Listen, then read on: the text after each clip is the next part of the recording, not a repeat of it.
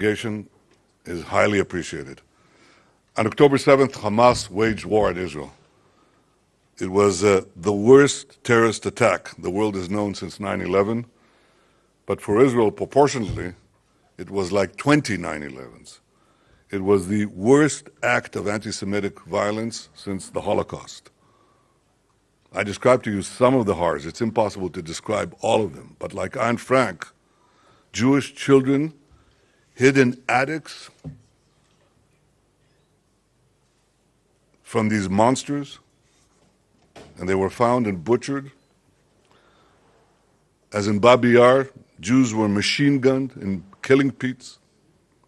Hamas butchered, Hamas beheaded, Hamas burned babies alive, Hamas raped, Hamas kidnapped hostages, over 200, babies, children, elderly, Holocaust survivors. We are in a war between barbarism and civilization. Chancellor Scholz, who visited Israel, said that Hamas are the new Nazis. And as in the Second World War, when the Allies fully supported the French anti-Nazi resistance, today the international community is uniting in support of Israel. For Hamas, barbarism not only threatens the Jews, it threatens the Middle East, it threatens the region, it threatens Europe, it threatens the world. Hamas is the test case of civilization against barbarism. And Mr. President, you and the French people have known the horror of terrorism. You experienced it in Nice and Lyon, in Paris. You refuse to tolerate this threat. And the people of Israel refuse to have ISIS in a terror enclave on its border. I have to explain. This is not an enclave of ISIS thousands of kilometers away from Europe. It's ISIS in the suburbs of Paris.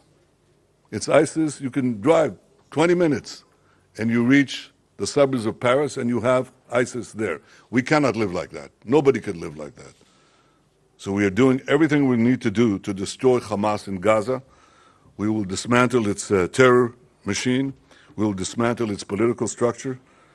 We will make every effort to release our hostages, and we'll make every effort to keep Palestinian civilians out of harm's way. It's important to understand Hamas is committing a double war crime. It's not only murdering our civilians, targeting our civilians, doing unspeakable war crimes. They're also hiding behind civilians, their own civilians. We asked the people of Gaza to leave, to go to a safe zone in the south where we're enabling humanitarian aid to reach them. Hamas is putting checkpoints with people with guns to prevent Palestinians from leaving the war zone.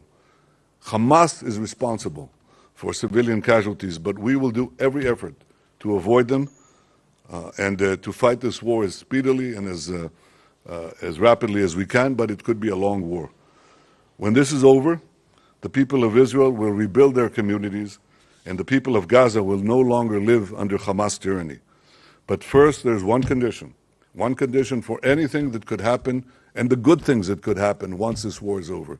And that condition is that Hamas must be destroyed. And I thank you, Emmanuel, for coming here to Israel, for standing with Israel, for standing with us in Israel and expressing your support.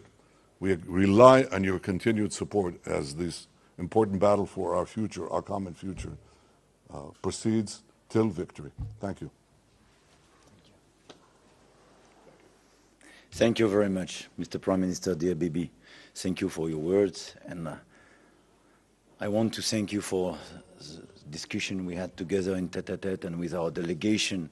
And I'm here to express our support, our solidarity, and our support for today, tomorrow, in all the different fields of this battle against terrorism. If you allow me, I will say a few words in French. I don't know if there is translation, but I will make sure that you understand. Monsieur le Premier ministre, je suis venu en effet ici exprimer au peuple israélien toutes les condoléances de la France. Ces condoléances sont celles d'un pays ami, éploré devant l'acte terroriste le plus terrible de votre histoire et saisi par votre chagrin et votre douleur. Ces condoléances sont celles d'une nation qui, comme vous, a pleuré des jeunes vies, des vies ordinaires, des vies heureuses, fauchées par la sauvagerie du terrorisme. Ces condoléances sont celles de millions de femmes et d'hommes, nos compatriotes, qui ont été sidérés par le degré inouï de violence pure et de cruauté, et qui pensent aux familles endeuillées, aux familles brisées, aux familles angoissées. Les actes que vous avez subis dépassent tout entendement. Comme toutes les victimes du terrorisme, ces morts n'ont pas d'autre mobile que la haine pure. Le 11 janvier 2015, vous étiez avec nous, Monsieur le Premier ministre, lorsque nous marchions dans les rues de Paris et que nous pleurions nos morts. Vous nous disiez la solidarité des Israéliens. Je vous apporte aujourd'hui l'émotion et la solidarité des Français. Nos deux pays sont liés par le même deuil. 30 ressortissants français ont été assassinés par le Hamas. Et c'est pour mon pays l'attaque terroriste la plus meurtrière subie depuis 2016. C'est une page noire de notre propre histoire. Nous partageons aussi avec Israël une terrible épreuve, celle des otages. Plus de 200 Israéliens sont retenus. 9 Français le sont. C'est plus que nous n'en avions dans le monde entier jusqu'à présent. Et vous savez, nous savons, combien est insupportable pour un pays d'imaginer la captivité de certains de ses enfants. J'ai tenu à voir les familles des victimes et des otages dès mon arrivée. J'ai voulu partager leur détresse, leur redire le plein soutien de la France. Nous ne négligerons rien pour la sécurité de nos compatriotes à vos côtés.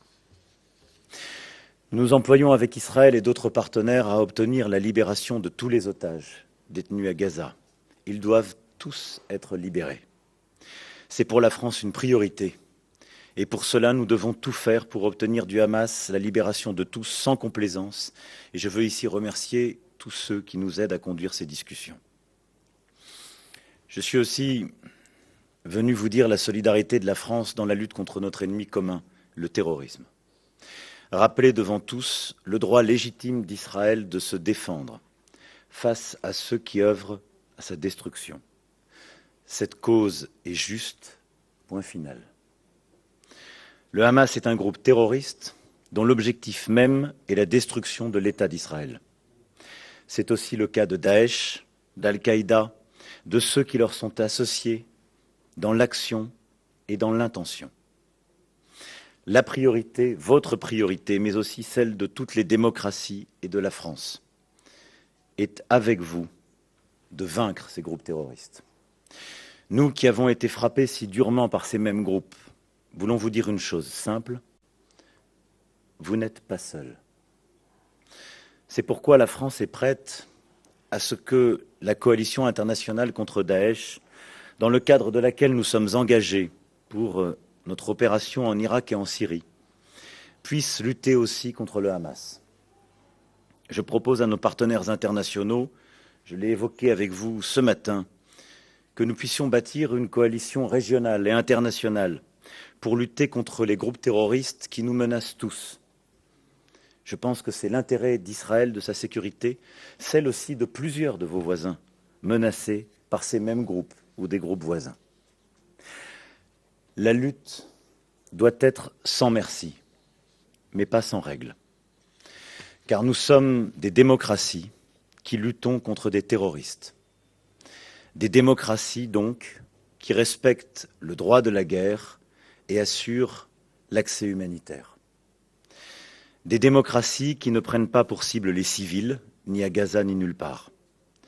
Le respect des populations impose, en l'occurrence, de permettre l'accès de l'aide, de rétablir, et nous en avons longuement parlé très en détail, de rétablir l'électricité pour les hôpitaux, pour les malades et les blessés, sans que cette électricité puisse être utilisée pour faire la guerre. Et nous allons bâtir des coopérations très concrètes sur ce sujet dans les tout prochains jours. Nous sommes prêts à apporter une aide concrète à toutes les populations, comme nous l'avons fait ces dernières années, ces derniers mois, mais avec des solutions très pratiques et concrètes que nous avons discutées durant cet entretien, prêts aussi à le faire en nous engageant avec les principaux voisins pour bâtir ces solutions. Cette lutte, nous devons aussi la conduire en veillant à éviter l'embrasement de toute la région. Je mets ici en garde le Hezbollah, le régime iranien, les Houthis au Yémen et l'ensemble des factions qui, dans la région, menacent Israël, de ne pas prendre le risque inconsidéré d'ouvrir de nouveaux fronts. Ce serait ouvrir la porte à une conflagration régionale dont chacun sortirait perdant. C'est une nécessité pour tous les peuples de la région. Faisons tout pour ne pas ajouter des larmes aux larmes et du sang au sang. Plus près d'ici, je souhaite aussi appeler l'attention de chacun sur les actes de quelques-uns à l'égard de civils palestiniens dont la violence menace de propager le feu à la Cisjordanie aussi. Enfin, la sécurité d'Israël ne peut être durable sans une relance décisive du processus politique avec les Palestiniens. Nous l'avons aussi longuement évoqué. Le Hamas, je l'ai rappelé, est un groupe terroriste. C'est pourquoi il ne porte pas la cause palestinienne. Il doit être combattu avec force et la cause palestinienne, elle, doit être entendue avec raison. La stabilité de la région, le retour à la normalisation qui s'annonçait, ne seront garantis que si la réponse d'Israël à la violence est évidemment sécuritaire et implacable face aux groupes terroristes, mais aussi politique, en acceptant le droit légitime des Palestiniens à disposer d'un territoire et d'un État en paix et en sécurité aux côtés d'Israël, parce qu'il aura intégré l'existence et la sécurité d'Israël comme une condition première. La sécurité d'Israël, la lutte commune contre le terrorisme, le respect du droit humanitaire, l'ouverture d'un horizon politique, tous ces éléments sont indissociables. Il faut agir ici et maintenant, en nous battant face au terrorisme et en offrant un espoir. Encore une fois, Monsieur le Premier ministre, merci de votre accueil. Merci pour votre temps, pour cet engagement face au terrorisme. Et dans les prochaines heures, nous continuerons d'avancer ensemble. Nous avons défini une liste d'actions. J'aurai l'occasion de me rendre à Ramallah en fin de journée. Je serai demain avec plusieurs dirigeants de la région pour aussi très concrètement avancer sur l'agenda que nous nous sommes donné. I want to thank you, Mr. Prime Minister, not just for your time, but because I'm lucid about the fact that this fight against terrorism is obviously a matter of existence for Israel, but it's a matter of existence for all of us. This is why we discussed together, and I just reminded this issue, but I consider that this is an international coalition in order to fight against these terrorist groups that we have to build. I just reminded my people in my language what we discussed about fight against terrorism, humanitarian action, rules to be respected, but as well political process. And obviously I warned against any escalation, and I want Hezbollah and some other regimes not to be part of what's happening. We had a very precise discussion, and I want to thank you for that. Now we will follow up this discussion in the coming hours in order to see what we can improve in the coming days, but I'm sure in the coming weeks and months. I know how committed you are. Let me express once again my solidarity, my friendship, and the fact that France stands with you in this awful terrorist act you had to experience. We are with your people. Thank you, Emmanuel. Since you mentioned the regional aspects, let me say a word about that. There is a battle here between the axis of evil led by Iran, Hezbollah, Hamas, Houthis, their minions, who are fighting to bring back the Middle East, the world, to the early Middle Ages with that kind of barbarism, with bondage, with slaughter, with murder. And there's the axis of the free world and the moderates who want to bring the world to the progress and prosperity of the 21st century. This is the battle. It's engaged now. The test for the West and for civilization is Hamas. If Hamas emerges victorious, we will all lose. Europe will be endangered. Everyone will be endangered. Civilization will be endangered. So if Hamas wins, if Hamas loses and is defeated, then the forces of civilization win. That is why this battle is not merely our own. It's Europe's battle. It's America's battle. It's civilization's battle. It's the battle for the heart and soul and the future of the Middle East and the Arab world. I think many understand that, but there's no going around the fact that we must have a decisive victory against Hamas. If Hezbollah makes the mistake of joining this war in a significant way, it will regret it. They will long for the second Lebanon war, which they regretted. Because they're embedding themselves like Hamas in the civilian population in Lebanon, we will have to take action against them. And the devastation against Hezbollah will be unimaginable. So I hope they heed your warning, our warning, the warning of the United States not to do so.